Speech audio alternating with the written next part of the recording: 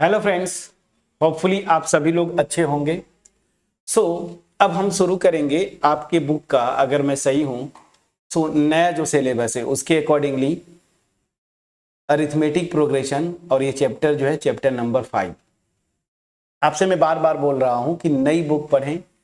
पुरानी बुक जो है अभी, अगर मैं बोलूं कि अब किसी काम का नहीं तो गलत नहीं होगा, क्योंकि आपका सिलेबस रेशनलाइज हुआ है। आप देखेंगे कुछ चैप्टर्स ही हटा दिए, या फिर अगर चैप्टर्स हैं तो उसमें से कुछ जैसे एक्सरसाइजेज हैं वो हटा दिए।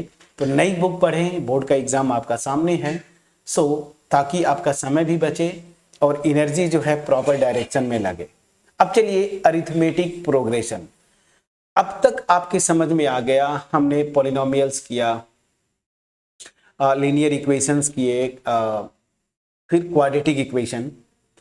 तो इनमें आपको एक चीज तो अब तक समझ में आ गया होगा, जो कि मैं पहले चैप्टर से बोल रहा हूं आपको, कि यहां पे कॉन्सेप्ट मैटर करता है। अगर कॉन्सेप्ट आपको पकड़ में आ गया तो फिर न्यूमेरिकल्स देखिए हम कितने आसानी से कर ले जाते हैं। तो कॉन्सेप्ट पे फोकस करना है। और ये जो वीडियो है बेसिकली इंट्रोडक्शन वीडियो, तो यहाँ पे हम कॉन्सेप्ट की ही बात करेंगे। तो यहाँ पे हम सीखेंगे ना कि अरिथमेटिक प्रोग्रेशन होता क्या है। देखिए प्रोग्रेशन मतलब, अगर मैं बोलूँ ना यहाँ पे अरिथमेटिक प्रोग्रेशन, तो प्रोग्रेशन कई टाइप के होते हैं। आप आगे मेरे ख्याल से 11th में जब जाएंगे तो फिर अरिथमेटिक प्रोग्रेशन भी है, ज्योमेट्रिक प्रोग्रेशन होता है, हार्मोनिक प्रोग्रेशन होता है, बट यहाँ पे आपका अरिथमेटिक प्रोग्रेशन। तो प्रोग्रेशन मतलब क्या है? ये जो टर्म आपको दिख रहा होगा प्रोग्रेशन, इसका मतलब सिंपल सी बात है ना, कि अगर मैं बोलूं तो यहाँ पे रियल नंबर्स का ही डील कर रहे हैं। तो रियल नंबर्स की एक सीक्वेंस ना, एक सीक्वेंस बोल दीजिए, या फिर आप बोल दीजिए लिस्ट ना, सीक्वेंस बोल दीजिए, या रियल नंबर की कोई लिस्ट, उसी को हम क्या बोलेंगे? प्रोग्रेशन। अब प्रोग्रेशन में एक कंडीशन होता है ना, कि ये जो सीक्वेंस है ना, इसके एलिमेंट्स जो होते हैं ना, वो सर्टेन रूल फॉलो करते हैं। फिर से जो सीक्वेंस है, यहां पे मैं बोल रहा हूं ना, प्रोग्रेशन मींस क्या? सीक्वेंस या लिस्ट। तो यहां पे सीक्वेंस या लिस्ट जो मैं बोल रहा हूं, तो ऑब्वियस ही बात है, रियल नंबर्स का एक लिस्ट होगा या सीक्वेंस होगा, जो कि सर्टेन रूल फॉलो करते हैं ना। जैसे सीक्वेंस या लिस्ट का मतलब क्या है समझिए, जो मैं बोलना चाहता हूं कि एक सीक्वेंस है, मान लीजिए A1, A2, A3, A4, ये सब के सब रियल नंबर्स हैं। अब इसमें ये भी हो सकता है कि फाइनाइट नंबर हो, n नंबर हो सकते हैं इस सीक्वेंस में, या फिर ऐसा भी हो सकता है कि इनफाइनाइट हो, दोनों हो सकता है इसमें जो रियल नंबर्स का सीक्वेंस है या लिस्ट है ना। तो A1, A2 इसको क्या बोलते हैं? इस सीक्वेंस का एलिमेंट्स या लिस्ट का एलिमेंट्स ना, A1, A2, A3, A4 ऐसे An।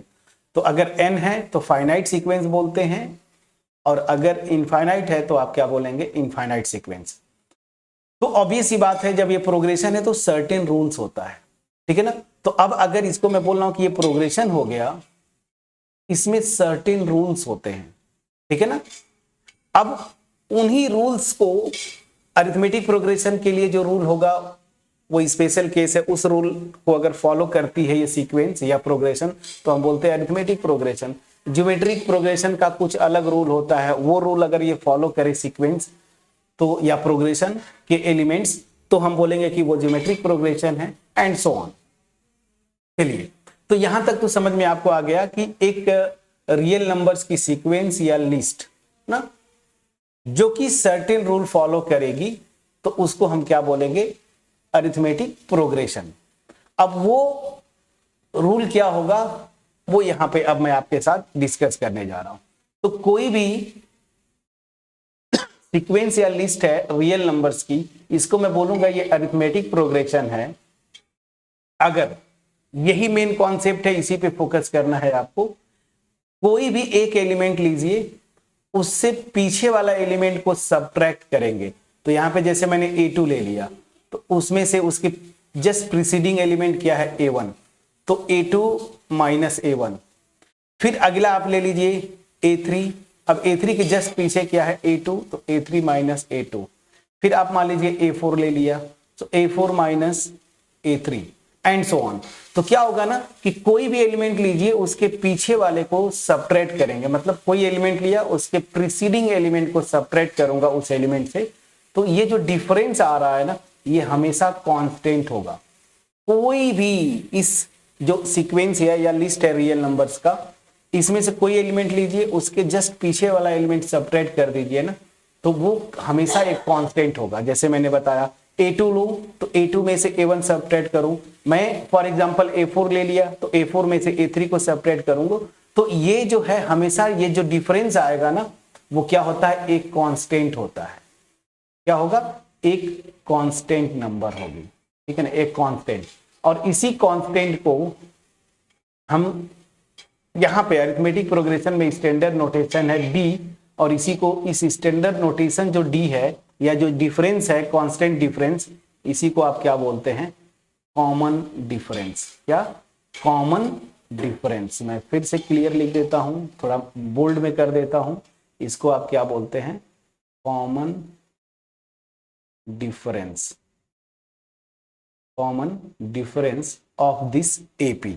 तो अब समझ में आ गया अरिथमेटिक प्रोग्रेशन, इसको शॉर्ट में क्या बोलेंगे, बार बार हम लोग यहां पे मैं लिख देता हूं, अरिथमेटिक प्रोग्रेशन को शॉर्ट में हम AP बोलेंगे, ठीक है। तो अरिथमेटिक प्रोग्रेशन क्या हुआ, डिफिनीशन समझ में आया आपको कि एक सीक्वेंस या list of real numbers such that मैं कोई भी एलिमेंट लूं उसमें से उसका प्रीसीडिंग मतलब पिछला एलिमेंट सेपरेट करूंगा ना, तो ये जो डिफरेंस है हमेशा कांस्टेंट आएगा, और इस कांस्टेंट डिफरेंस को डिनोट करते हैं D के साथ। और इस कांस्टेंट डिफरेंस जो मैं बोल रहा हूं D, इसको हम क्या बोलते हैं, कॉमन डिफरेंस, ठीक है ना, इसको क्या बोलते हैं आप, कॉमन डिफरेंस। ये अरिथमेटिक प्रोग्रेशन में बहुत इंपॉर्टेंट रोल प्ले करता है। अब चीजें समझ में आ गई फ्रेंड्स, प्लीज बोलिएगा। अब चलिए, अब अगर ये A1 A2 A3 A4 AM, ठीक है ना, अगर ये अरिथमेटिक प्रोग्रेशन है तो इसमें जो फर्स्ट टर्म है ना A1, इसको हम क्या बोलते हैं, इस अरिथमेटिक प्रोग्रेशन का फर्स्ट टर्म, ठीक है ना, मतलब जहां से अरिथमेटिक प्रोग्रेशन स्टार्ट हो इसको क्या बोलते हैं, फर्स्ट टर्म, ठीक। और ये जो कांस्टेंट डिफरेंस है इसको हम क्या बोलते हैं, कॉमन डिफरेंस। क्लियर हो गया। अब देखिए AP दो तरीके के बेसिकली होंगे, एक तो फाइनाइट AP होगा अरिथमेटिक प्रोग्रेशन, एक क्या होगा, फाइनाइट, और दूसरा जो होगा इनफाइनाइट। अब ये फाइनाइट इनफाइनाइट का मतलब सीधी सी बात है, जो मैंने आपको बोला था कि अगर ये फाइनाइट AP है कोई भी, तो इसमें नंबर में ये जो एलिमेंट्स आएंगे ना वो क्या होंगे, फाइनाइट होंगे। सो A1 A2 A3 AM n तक ही जाएगा, फाइनाइट नंबर्स होंगे या फाइनाइट एलिमेंट्स होंगे, ऐसे समझिए इस अरिथमेटिक प्रोग्रेशन में। और इनफाइनाइट में क्या होगा कि नंबर जो होंगे या एलिमेंट्स जो आएंगे AP के वो क्या होंगे, नंबर में इनफाइनाइट होंगे, ऐसे डॉट डॉट डॉट। समझ में आ गया। अब अगर कोई अरिथमेटिक प्रोग्रेशन है जो कि फाइनाइट है ना, जिसमें फाइनाइट नंबर ऑफ एलिमेंट्स है, तो यहां पे भी एक इंपॉर्टेंट है, ये जो लास्ट एलिमेंट है ना इसको जनरली हम L से डिनोट करते हैं, और इसको क्या बोलते हैं, लास्ट टर्म ऑफ AP। इसको क्या बोलते हैं, लास्ट टर्म ऑफ AP। लेकिन ध्यान दीजिए ये तभी आएगा जब AP फाइनाइट हो, मतलब उसमें नंबर ऑफ एलिमेंट्स क्या हो, फाइनाइट। इनफाइनाइट अगर AP है फ्रेंड्स तो उसमें लास्ट एलिमेंट तो आप निकाल नहीं सकते, क्योंकि एलिमेंट्स इंफिनिटी की तरफ भागेंगे, या इधर इंफिनिटी की तरफ भागें या फिर माइनस इंफिनिटी की तरफ भागें, दोनों तरफ जा सकते हैं। एलिमेंट्स अगर निगेटिव ले रहे हैं तो माइनस इंफिनिटी की तरफ भागेंगे, अप्रोच करेंगे, और अगर एलिमेंट्स को पॉजिटिव ले रहे हैं तो वो प्लस इंफिनिटी की तरफ टेंड करेंगे। तो ये पूरा कॉन्सेप्ट था, this is all about arithmetic progression का जो कॉन्सेप्ट है। अरिथमेटिक प्रोग्रेशन का डिफिनीशन समझ में आ गया होगा, ठीक। अब यहां पे अगर ये कोई अरिथमेटिक प्रोग्रेशन है तो ये जो जहां से स्टार्ट होती है, फर्स्ट टर्म आप जानते हैं इसको फर्स्ट टर्म बोलते हैं, और ये जो कांस्टेंट डिफरेंस आ रहा है ये चीज हमेशा याद रखिए, कॉमन डिफरेंस बोलते हैं। और इस कॉन्सेप्ट, ये जो मैं लिख रहा हूं ना, इसी कॉन्सेप्ट पे बेस्ड आपके बोर्ड एग्जाम में कई बार क्वेश्चंस बने हैं। हम एक्सरसाइज के भी क्वेश्चंस करेंगे, और जैसे थोड़ा आगे बढ़ जाए तो दिसंबर के आसपास मैं क्रैश कोर्स करूंगा, crash course in the sense कि वन शॉट जो वीडियोस आएंगी PYQ सॉल्व करेंगे, तो वहां पे आप देखिएगा कॉन्सेप्ट बस ढंग से पढ़ते रहिए, हम सारे बोर्ड के क्वेश्चंस देखेंगे, कॉन्सेप्चुअली करेंगे, ठीक है ना। वहां पे ये कॉन्सेप्ट यूज होगा। कॉमन डिफरेंस समझ में आ गया। एपी दो तरीके की मिलेंगी बेसिकली, एक फाइनाइट एपी, एक इनफाइनाइट। जनरली फाइनाइट एपी में जैसे अगर पूछेगा ना लास्ट टर्म, तो वो हमेशा फाइनाइट एपी ही रहेगा। क्लियर है, समझ में आ गया। चलिए, ये कुछ बेसिक कॉन्सेप्ट थे। अब यहां पे एक कॉन्सेप्ट और रह जाता है, वो बड़ा इंपॉर्टेंट है, इसको मैं कॉन्सेप्ट करके लिखूंगा, कॉन्सेप्ट करके। देखिए, क्वेश्चन में अगर एपी देगा तब तो बढ़िया है, लेकिन कभी कभी क्या होता है कि आपको क्वेश्चन में एपी एज्यूम करना पड़ता है ना, जैसे किसी एपी का फोर टर्म, 3 टर्म, 2 टर्म्स ऐसे देते हैं। तो उसमें क्या करिए, जब आपको एज्यूम करना है कोई एपी, तो उस केस में क्या करेंगे, देखिए मैं आपको बोल रहा हूं। और जनरली एपी में आगे करेंगे nth टर्म में, कभी कॉमन डिफरेंस पूछ लेता है, कभी फर्स्ट टर्म पूछ लेता है, ऐसे पूछते हैं। तो मैं यहां पे कॉन्सेप्ट में लिख रहा हूं, if we have to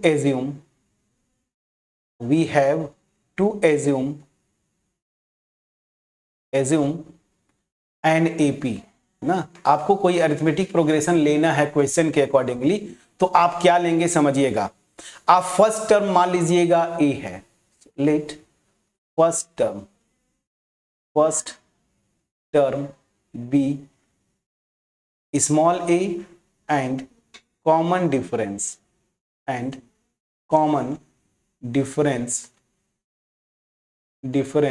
be D. Common difference आपका क्या आ गया, डी। देन जो एपी बनेगी, देन एपी विल बी, तो उस केस में अरिथमेटिक प्रोग्रेशन क्या होगा। आपने पैटर्न देखा, तो यहां से चीजें क्या समझ में आ रही हैं, ध्यान दीजिए। यहीं पे मैं जो लिखने जा रहा हूं यहीं से बताता हूं। ये अगर एपी है तो A2 माइनस A1 क्या आएगा, ABD आएगा। A3 माइनस A2 करेंगे, ABD आएगा, ठीक है ना। A4 माइनस A3 करेंगे, ABD आएगा, एंड सो ऑन। अच्छा, यहाँ पे मैं इसको इरेज करके नीचे लिख देता हूँ। AB मेरा क्या आएगा, D। कॉमन डिफरेंस जो मैं बोल रहा हूँ, मतलब क्या हुआ। अब इस पैटर्न को जरा देखिए, यहाँ पे प्लीज कर्सर पे फोकस करिए। अगर मुझे फर्स्ट टर्म पता है A1, इसका सेकेंड टर्म निकालना है, मतलब इस AP का अगर अगला टर्म निकालना है और मुझे कॉमन डिफरेंस D पता है, तो मैं क्या करूंगा, इस टर्म में D ऐड कर दूंगा ना, A1 प्लस D, तो क्या आ जाएगा, A2। फिर A2 में D ऐड कर दूंगा तो इसका थर्ड टर्म आ जाएगा A3। A3 में D ऐड कर दिया तो फोर्थ टर्म आ जाएगा। समझा पा रहा हूं कि नहीं। तो बस यही पैटर्न आपको, ये भी एक कॉन्सेप्ट है इंपॉर्टेंट, जिसको आपको याद करना है। तो फर्स्ट टर्म अगर A है फ्रेंड्स, तो सेकेंड टर्म क्या होगा, इसी में मैं D जो कॉमन डिफरेंस है वो ऐड करूंगा, तो क्या हो जाएगा, A प्लस D। अब थर्ड टर्म निकालना है तो सेकेंड टर्म, मतलब इसमें मैं D ऐड कर दूंगा तो क्या आ जाएगा, A प्लस 2D। फिर इसमें अगला टर्म निकालना है तो इसमें D ऐड करूंगा तो क्या आ जाएगा, A प्लस 3D। और ये ऐसे बढ़ते जाएंगे। तो मतलब क्या हुआ कि अगर फर्स्ट टर्म मुझे पता है, कॉमन डिफरेंस पता है, तो मैं पूरी AP लिख सकता हूं इस फार्मूले से। क्लियर हुआ। सो ये था बेसिक कॉन्सेप्ट। होपफुली मेरा एफर्ट जो है इस वीडियो का आपके पास पहुंच पाया होगा। ये मेन कॉन्सेप्ट था फ्रेंड्स, जिस पे आपको फोकस करना है। बस इतना समझ गए तो मैं आपको विश्वास दिलाता, ठीक है। अगर इतना कॉन्सेप्ट आपके पास पहुंच गया तो मैं आपको विश्वास दिलाता हूं कि अरिथमेटिक प्रोग्रेशन बेसिक अगर क्लियर है, तो आगे का जैसे nth टर्म निकालना, जो क्वेश्चंस घुमा के आपके बोर्ड के एग्जाम में आते हैं, सम पे, फर्स्ट n टर्म के सम पे सारे क्वेश्चंस कर ले जाएंगे। होपफुली मेरा एफर्ट जो था, बेसिक कॉन्सेप्ट आपके पास पहुंच पाया होगा। इस वीडियो को बार बार रिपीट करें। नोट्स बनाना है, जो मैं लैंग्वेजेस बोलते गया उसको भी नोट कर लीजिए, अदरवाइज कोई जरूरत नहीं, आप इतना ही नोट कर लीजिए, बस कॉन्सेप्ट को समझते हुए सारे क्वेश्चंस हो जाएंगे इस एक्सरसाइज जो 5.1 है। अगर वीडियो में जो कॉन्सेप्ट था क्रिस्टल क्लियर वे में पहुंच पाया हो, कमेंट सेक्शन में कमेंट करके अप्रिशिएट जरूर करिए, वीडियो को लाइक करिए, जितना हो सके आप अपने फ्रेंड्स के साथ शेयर करें।